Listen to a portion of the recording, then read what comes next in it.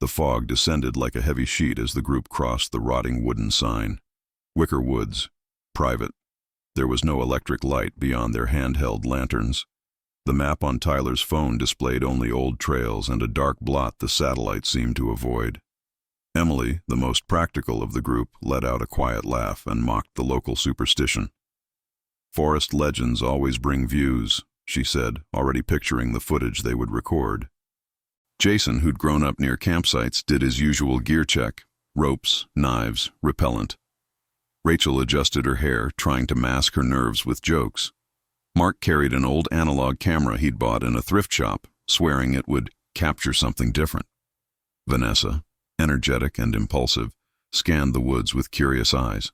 Her smile was a beacon in the darkness. They set up camp in a clearing where the soil seemed to absorb sound. Even snapping twigs felt distant, muffled.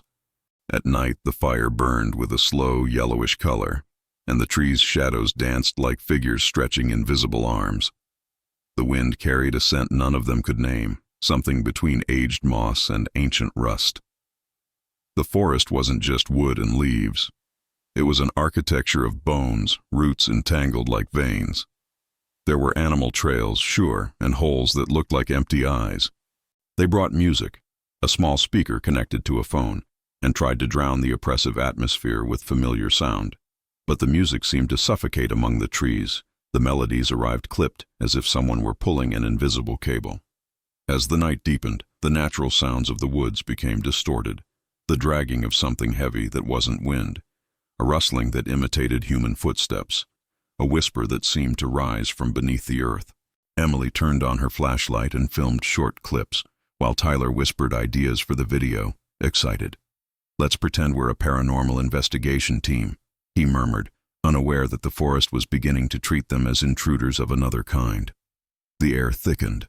The fire cast shadows that didn't obey the logic of flame, and small, almost human shapes darted between the trees whenever someone snapped their fingers. Jason felt intensely watched by numerous eyes that never blinked.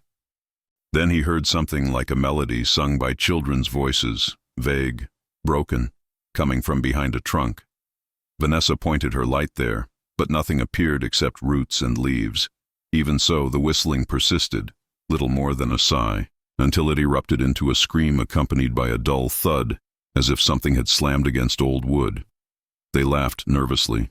They laughed because laughter builds courage, and courage makes stories they could retell later. But the forest had begun rearranging reality. Paths seemed to shift. The clearing they chose had lost its edges. At 2:13 a.m., while the group attempted to sleep, Mark's camera captured something none of their eyes had seen directly. An elongated, hunched figure moving slowly between the trees. So subtle even an insect would have made more noise, yet leaving behind a trail of cold air and a metallic scent, as though something alive had licked the edge of a blade. There was an increasing sense that they hadn't come by chance. The forest had been waiting. Silence gained texture. In every shadow, every root, there was the impression of human-like forms, distorted. The campsite, once a spot of youthful excitement, turned into an island of light surrounded by a darkness that pulsed, patient, hungry, welcoming the curious footsteps of those who believed in fake bravery and viral videos. At dawn, Emily awoke to a sharp crack, like something snapping deep inside the woods. The fire, now embers, let off sparks that rose like tiny watching eyes. Rachel lay curled in a jacket, trembling slightly. Tyler still muttered sleep-tangled scripts. Jason rose to relieve himself and, pushing aside the shrubs, found tracks around the clearing. Not human, but not fully animal. Deep grooves, like claws pressed into the earth, forming a semicircle around the tents. Mark, sleeping with the camera on his chest, captured the scene with an automatic flash. When the light burst across the semicircle, the edges of the tracks seemed to shift, as if something had breathed there, and, on exhaling, pressed the impressions deeper. Vanessa, startled by the noise, stood and pointed her lantern. The beam sliced the dark and revealed something that made Jason's blood freeze. At the center of the marks lay an old doll, a doll without eyes, cracked porcelain, burned hair. Someone had placed it there. Someone wanted them to find it. They insisted, through shaking voices, that it must have been the work of a passing hunter, a cruel joke. But the doll carried other things, a hair, possibly human, a scrap of fabric none recognized, a lingering scent of rot. Emily picked up the doll using gloves, and nausea overwhelmed her when she felt something warm, almost pulsing, beneath the dust. A faint whisper seeped from the doll, like breath inside it. "Leave," the voice said, but it was so soft some could swear it was the wind. Morning revealed more. Shoes left outside the tents appeared stacked on a log, forming a grotesque totem. Each shoe had a carved wooden piece tied to its laces, and Mark's analog camera now contained images no one remembered taking. Shadow-crushed faces glaring at the lens with sick ferocity, and one frame in which something blurred, resembling a hand, touched the lens from the inside outward. The first disappearance arrived without glory. Jason went to fetch water and never returned. They searched trails, screamed his name until their voices broke. Later, they found his backpack abandoned, the water bottle spilled in a perfect circle, as if someone had performed a ritual on the ground. Nearby, in the dim light between leaves, fresh claw marks slashed the bark of a tree, forming crooked letters. Rachel, trembling, read what she could, Jason, but the letters bled, as if the tree itself had carved them with nails. When night fell again, the clearing no longer felt safe. The air brimmed with coordinated whispers, voices in unison chanting an ancient word, "Stay." Footsteps circled the camp, older than the roots. The group tried to set defenses, ropes, makeshift spears, but whatever prowled did not move like any predator. It moved with intent, with patience, like something that had waited centuries for fresh prey. Terror revealed itself in small, intimate horrors, a nail scratching the tent from the inside. A photograph that, once developed, showed each member with eyes crossed out. The portable radio, functional until then, emitted a fractured message. A female voice carved from static whispering their names, each one, in a tone dripping with satisfaction. Emily shouted into it, demanding answers, but the voice only repeated, "I want more." Something touched Vanessa's tent. Something cold licked her cheek as she slept. She awoke to non-human fingers brushing her face, and written in dust across her skin was a word. Promise. The forest began stitching its victims into patterns. It was not an outright attack. It was ritual selection. Where curiosity once united them, fear pulled them apart. Words became sharp. Looks became accusations. And as each sign accumulated, the doll, the tracks, the shoe totem, the whispering radio, the conviction grew that they had been chosen for something beyond understanding. The clearing, once a refuge, had become the epicenter of a domain fed by slow, meticulous terror. On the third day, exhausted, eyes sunken, skin marked by scratches that seemed to grow with time, the group discovered something that shifted everything, an old hunting cabin half buried beneath the roots of a hollow oak. It jutted out like a rotten tooth, covered in moss and inscriptions carved with something ancient and sharp.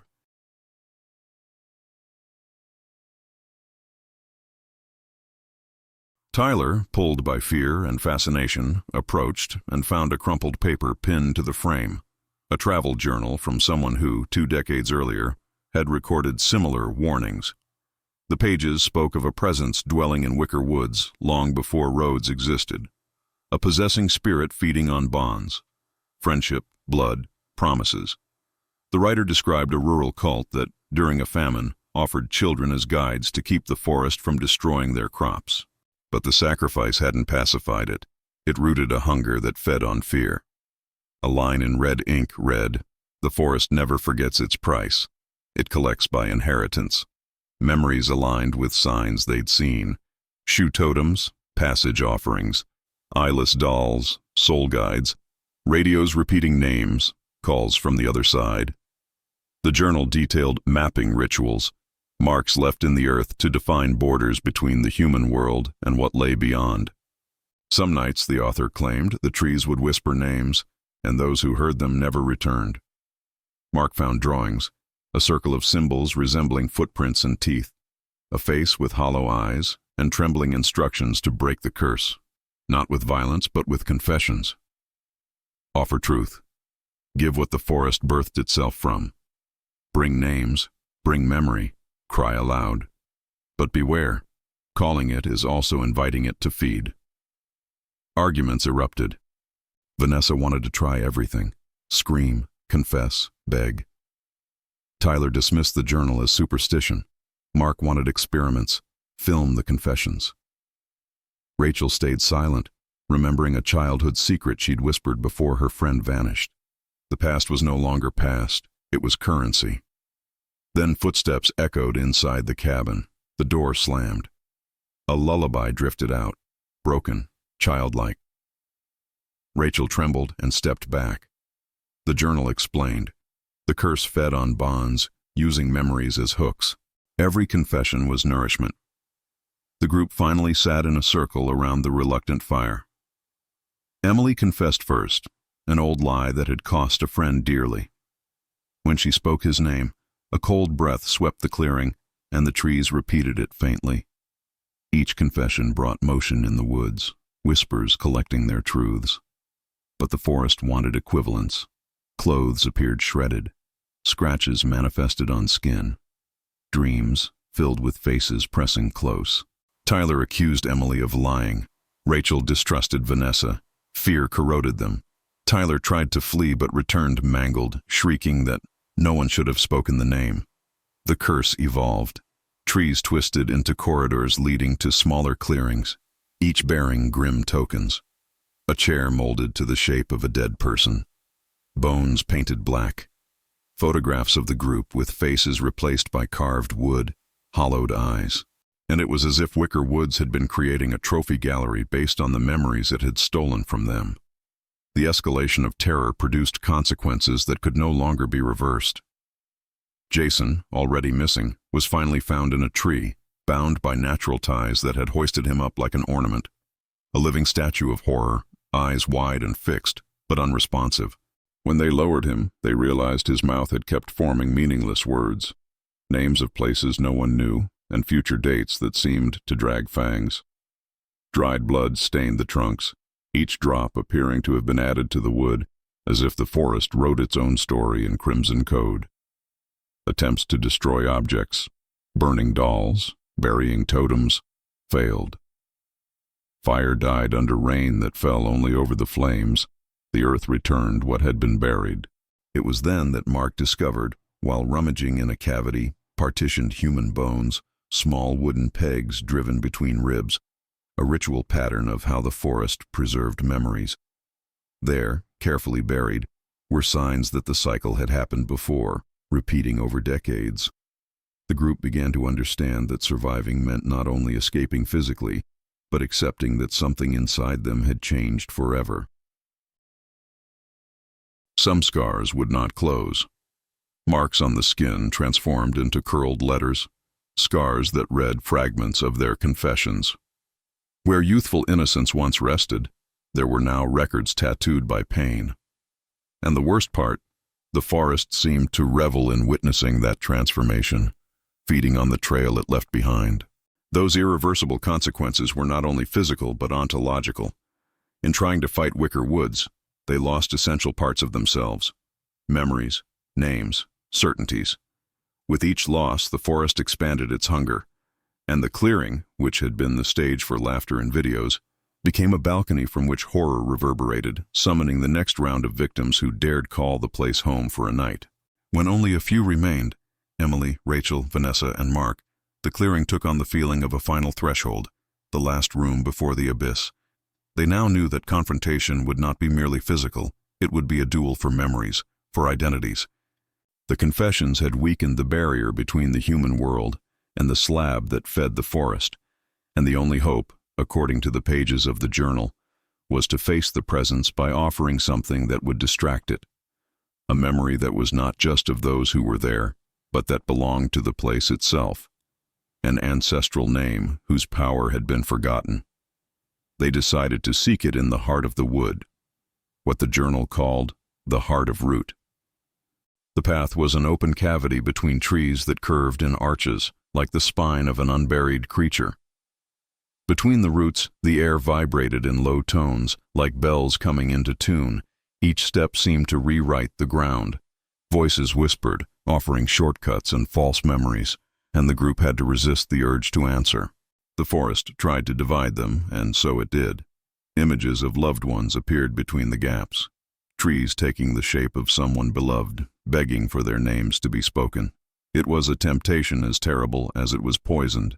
Upon reaching the heart of root, they found an ancient circle marked by stones covered in sap and slime. In the center, like an inverted altar, lay a split trunk that emanated a muffled inner light. The forest's main voice manifested there, not a human voice, but an interweaving of tones, woman, boy, animal, speaking in echo. "Why do you arrive now, rememberers?" it said, and the sound rasped in the visceras of those present. They tried everything they could. They offered the journal as proof of knowledge, shed true tears, recited names, promised never to return. The voice replied with proposals. It would return what had been taken in exchange for a new bond, an eternal promise that would make them silent guardians of the forest, with voices recorded in the roots forever. It was a bargain that implied surrender. Emily, determined, refused aloud. "We will not be marks in your wood," she swore. The forest then revealed its form. Shadows rose from the roots in threads, curling around bodies, and from the branches fell thin shapes, like long-armed limbs, that sought to touch skin. The fight that followed was less physical and more ritual. Mark, with the camera in hand, filmed what he could while Rachel sang an old lullaby, the same one that had come from the house. Paradoxically, the song had power. It was a memory that derived from a time before the sacrifice, a song about earth and care, names left to the wind as offering. Vanessa, for her part, tore out the doll she had kept and ripped it into pieces, exposing its interior. Inside there was a wooden plaque with engravings, a name, Eleanor. When the name was spoken, something changed. The beast hesitated. Eleanor, according to the journal and the old recordings, had been a woman who, in the past, protected the margins and maintained rituals with the opposite purpose, not to satiate, but to safeguard. The voice that now echoed demanded more. It did not want blood, it wanted remembrance of one who had loved it. Rachel, trembling, spoke the name in full syllables, told the story of a child once saved by a woman of the wood, a tale so old it seemed to render the woman human again. The forest, which for months had been a devouring machine, faltered, roots retracted as if in pain. But the pause was brief. Refusing defeat, the horror struck back with violence that distorted reality. The clearing began to spin, trees bent with force, and figures of people who had succumbed in previous ages rose from cavities forming a wall of shadows. Mark, grabbed by one of those shapes, felt his hand imprisoned in a tangle of roots that tried to carve his confessions into his skin with thin wooden blades. In a final act of desperation and compassion, Emily decided to offer something whole and true, her most precious memory, the day she promised to protect someone and failed. She recited the memory in full, hiding nothing. By opening that wound, exposing it raw, the presence hesitated, as if that truth were saltier and more nourishing than any lie.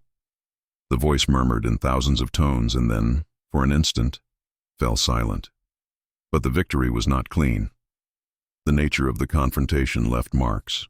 The forest retreated, yes, but at a cost. It took with it parts of those who resisted. Vanessa, when she rose, noticed her hands forever marked with lines that resembled roots. Rachel no longer recognized some memories, as if fissures in time had wiped chunks of her life away. Mark gradually lost the vision of colors. At times he saw everything in sepia, as if his eyes had been converted to capture only old images. The presence had been contained, not destroyed. It withdrew into the sap of the trees, murmuring promises of return. The heart of root fell silent, pulsing slowly. They had survived, but the price of resistance had been dear.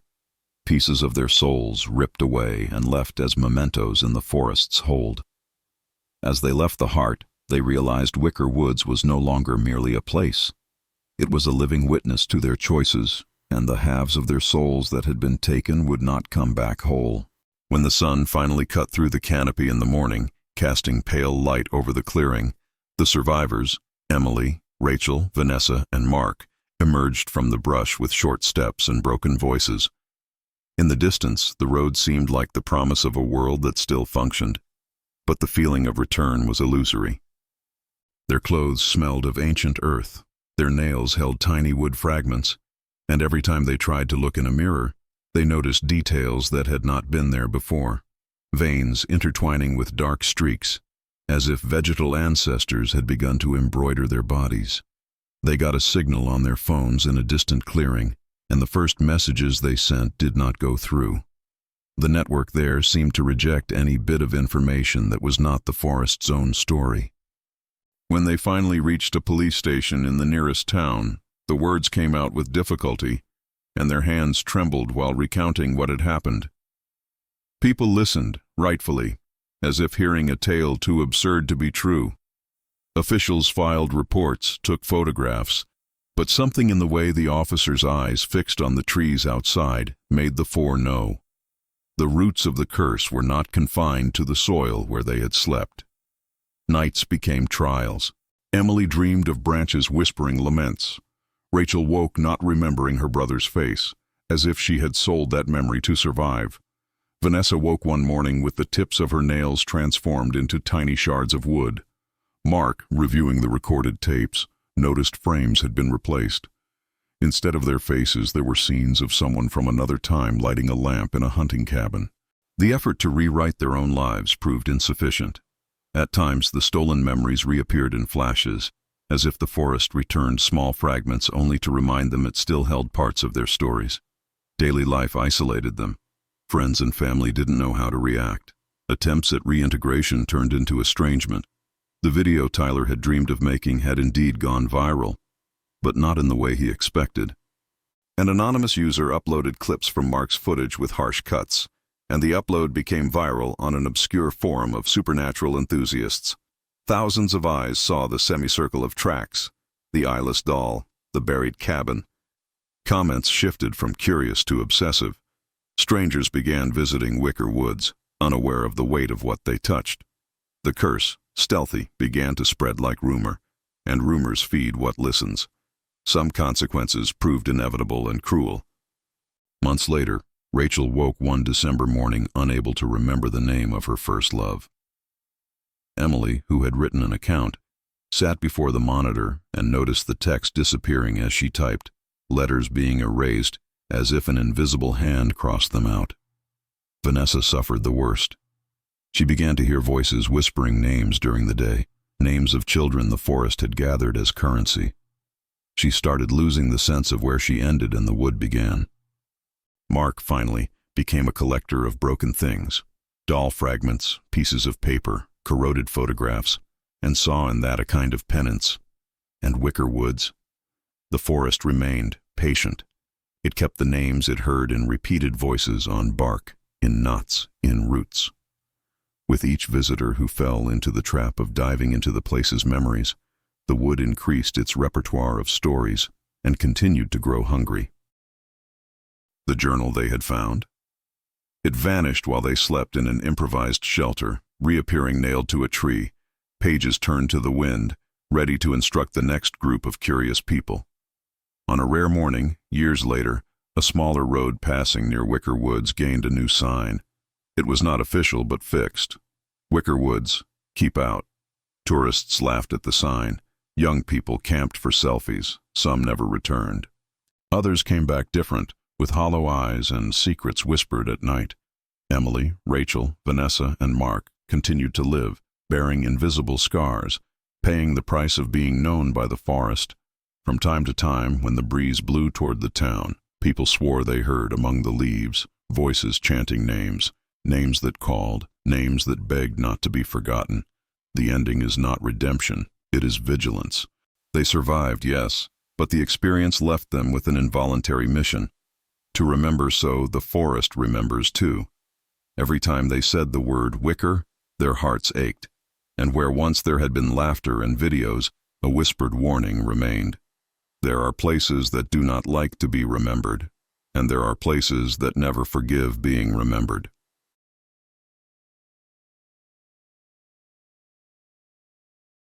The forest goes on, patient, awaiting the next camp, the next confession, the next story that, when offered, will feed its endless hunger.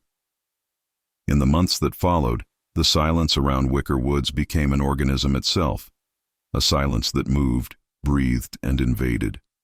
Emily avoided speaking of the place, but the forest did not avoid speaking of her. Sometimes, on particularly cold nights, she woke with the sensation that someone whispered very close to her ear. When she turned the light on, the room was empty, but the whisper still vibrated in the depth of the wall. Rachel, now unable to recall entire portions of her childhood, began writing notes to herself. Held by magnets on the fridge, they formed alerts. Do not go to the woods. Do not answer if they call your name. Do not look out the window after 3 a.m. But when she woke, there was always a new note, written in handwriting she did not recognize. Come back. You are missing. Vanessa tried to ignore the creaks she heard inside her apartment, dry noises like branches breaking. But nothing inside a flat should sound like living wood. One dawn, she found small chips on the living room floor, as if the ceiling were sprouting roots. As she swept them up, she felt a sting in her palm, a deep splinter, so long it could not have come from any furniture there. Mark was the most disturbed. Reviewing the videos recorded, he noticed some segments changed on their own. In one recording, where there had only been dark forest, the twisted figure of Jason now appeared, descending a slope as if dragged by something invisible. His face was distorted, eyes rolled back. But what terrified him most was when, in another video, he himself appeared in the background walking into the forest, something he swore he had never recorded. The four tried to carry on with life, but the forest wanted continuity. It did not accept endings. Everything that breathes carries return. In the third week of March, a notification appeared on all their phones at the same time, despite different numbers, even with Vanessa having no signal. Wicker Woods. Trails reopened. Visitation allowed. Emily felt her stomach drop. Rachel cried without knowing why. Mark switched his phone off immediately. Vanessa threw her device on the floor and stomped on it, hysterical, but the still-lit screen showed another notification that appeared by itself. You promised. The next day, news began to spread panic. 3 teenagers disappeared in the forest area. One mother said she heard her son talking to himself before leaving. She's calling. She reminds me of the name. But he did not explain who she was. Even from afar, the 4 felt the call. A presence pressed on the inside of their minds, like roots growing behind the eyes. Emily resisted as long as she could, but on a stormy night she woke to find the front door ajar. Had she opened it? She didn't remember. A smell of wet wood crept through the halls. In the living room she found something that paralyzed her completely. The same eyeless doll from the forest. Dirty, cracked with moss stuck in its singed hair. Across town, Vanessa felt her hands throb. The dark lines in her skin began to burn as if hot sap ran beneath. She fainted and dreamed of the heart of root pulsing, but in that dream it was stronger, more open, breathing like a newly fed creature. Rachel, now tormented by memories that were not hers, saw her reflection in the mirror smile by itself. The reflection raised its hand and revealed writing on the skin, "I didn't forget you." And Mark received an envelope with no sender. Inside was a Polaroid photo, a date scribbled with a pen, tomorrow. In the picture, the 4 of them were together, inside the forest. Destiny was already traced. The forest demanded what was its own. Without coordinating, all 4, at different moments, took the road toward the same place.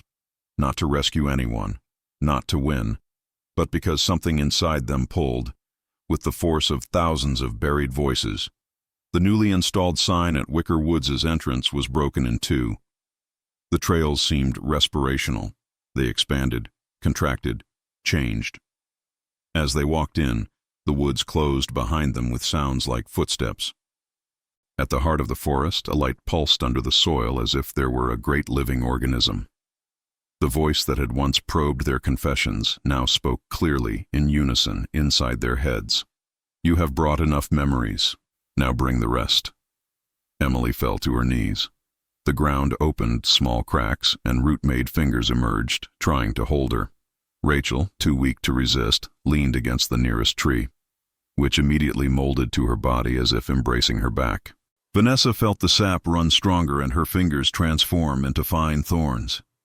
Mark filmed compulsively with the camera shaking, while the lens captured figures moving among shadows, distorted versions of themselves, echoing possible futures. This time the forest wanted something greater. Not just memories. It wanted legacy. It wanted permanence. And then the final voice echoed, deeper than all the rest. One of you will stay. The others will carry my name out. Darkness enveloped them completely, and Wicker Woods prepared to be born anew through them.